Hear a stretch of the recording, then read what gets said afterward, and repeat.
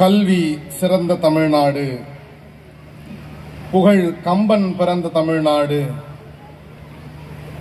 வள்ளுவன் தன்னை உலகினுக்கே தந்து வான் புகழ் கொண்ட தமிழ்நாடு, தமிழ்நாடு போராடும், தமிழ்நாடு வெல்லும்.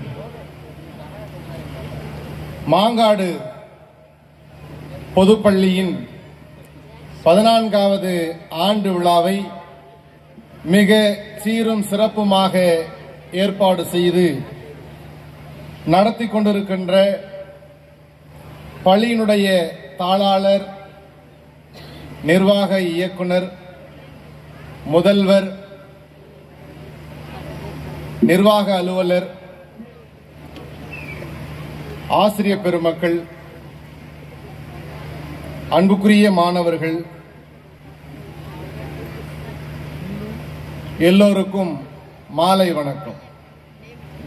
சிறப்பாக இந்த நிகழ்வின் சிறப்பு விருந்தினராக வந்து அமர்ந்திருக்கின்ற அறிமுகம் தேவையில்லாத இந்த தமிழ்நாடு அரசின் தமிழ் மகள், சென்னை மாநகராட்சியின் சூரிய மகள், என்னுடைய அன்புக்கும் மரியாதைக்கும் உரிய எங்கள் பேராசிரியர் முனைவர் பர்வீன் சுல்தானா அவர்களுக்கும், இந்த சிக்கராயபுரம் பகுதியின் ஊராட்சி மன்ற தலைவர் மரியாதைக்குரிய சிறப்பு விருந்தினர் அவர்களுக்கும் என்னுடைய இனிய மாலை வணக்கத்தை உரித்தாக்கிக் கொள்ளுகின்றேன்.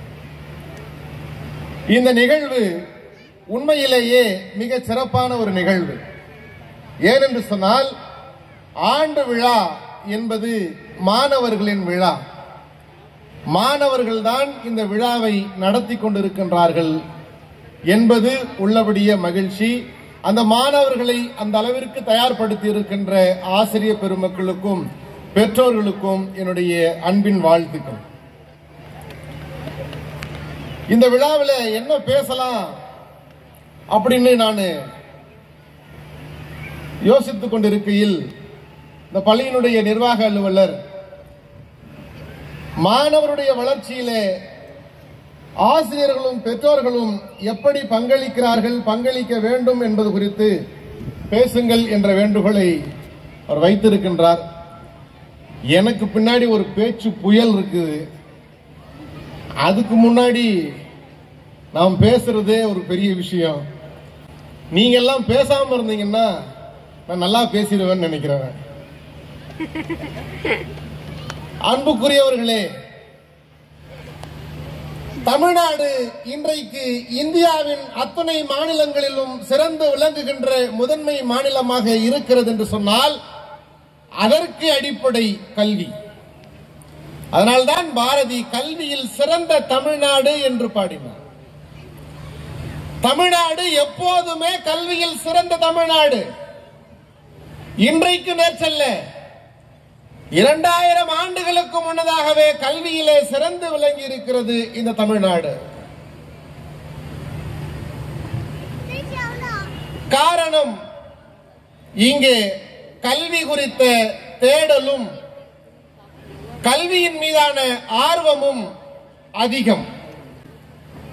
இங்கே இருக்கின்ற பெற்றோர்கள் பெரும்பாலும் பட்டதாரிகளாக இருந்தால் முதல் தலைமுறை பட்டதாரிகளாக இருக்க முடியும் என்று நம்புகிறேன்.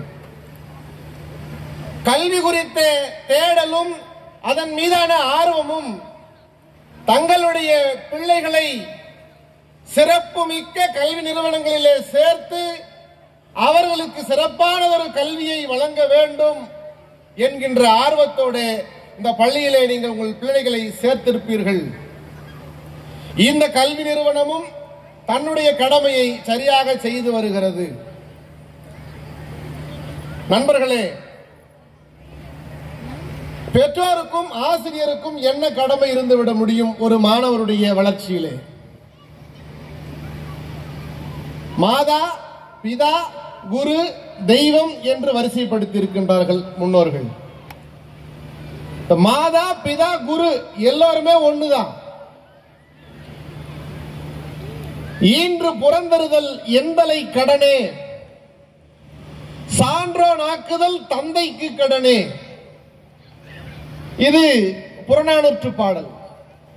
அன்றைக்கு பெண்களுடைய வேலை பிள்ளையை பெற்று பத்திரமாக இந்த உலகத்திற்கு கொடுப்பதுதான் என்ற அளவிலே இருந்தது என்று இந்த பாடலை நாம் மேலோட்டமாக பார்க்கும் பொழுது உணர்ந்தாலும், இதை பதிவு செய்யக்கூடிய அளவிற்கு அந்த தாய்க்கு உண்டான கல்வியும் அறிவும் திறமும் அன்றைக்கு இருந்திருக்கிறது என்பதையும் நாம் மறந்துவிடக் கூடாது.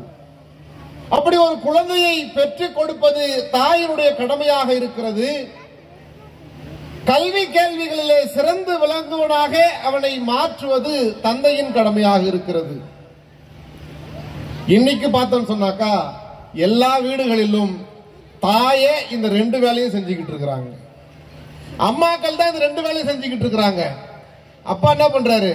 வேலைக்கு போயிட்டு வந்து உடனே ஓய்வு எடுக்கணும், ரொம்ப டயர்டா இருக்கு, நான் கொஞ்ச நேரம் உட்கார்றேன்.